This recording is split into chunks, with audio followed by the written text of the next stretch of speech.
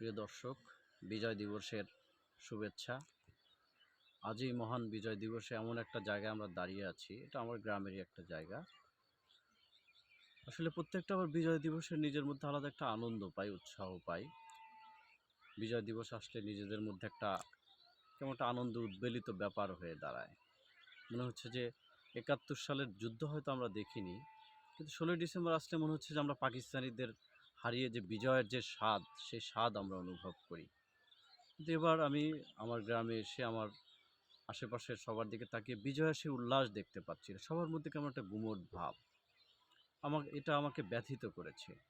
১৬ই ডিসেম্বর মানে আমি বুঝি মুক্তি। ১৬ই ডিসেম্বর বুঝি পাকিস্তানি হানাদারকে পরাজিত করে আমাদের সেই সংগ্রাম, সেই আনন্দের বিজয়। সেই বিজয়ের মাঝে কেমন একটা ছেদ পড়েছে। মনে হচ্ছে গুমোট অন্ধকার।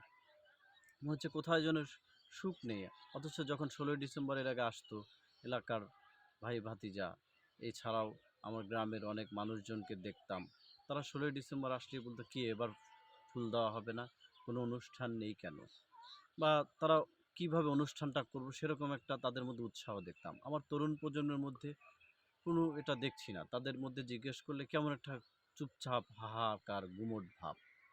এটা আমি সত্যিই মানে ভেঙে পড়েছি। আমি ১৬ই ডিসেম্বর একটা মুক্তির বার্তা নিয়ে আসে আমার কাছে। ১৬ই ডিসেম্বর আসলেই মনে হয় যে আমি বাঙালি। আমার ভিতরে চেতনা জেগে ওঠে। আমার ভিতরে বাঙালিকত্ব জেগে ওঠে।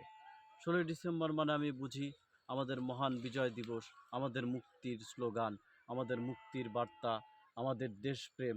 ১৬ই ডিসেম্বর পরে ছাড়া মনে হচ্ছে এই দেশটাই আমার নয়। মনে হচ্ছে বিজয় আমার নয়। ১৬ই ডিসেম্বর আসলে মনে হচ্ছে এটা আমার বাংলাদেশ। জয় বাংলা আমার স্লোগান।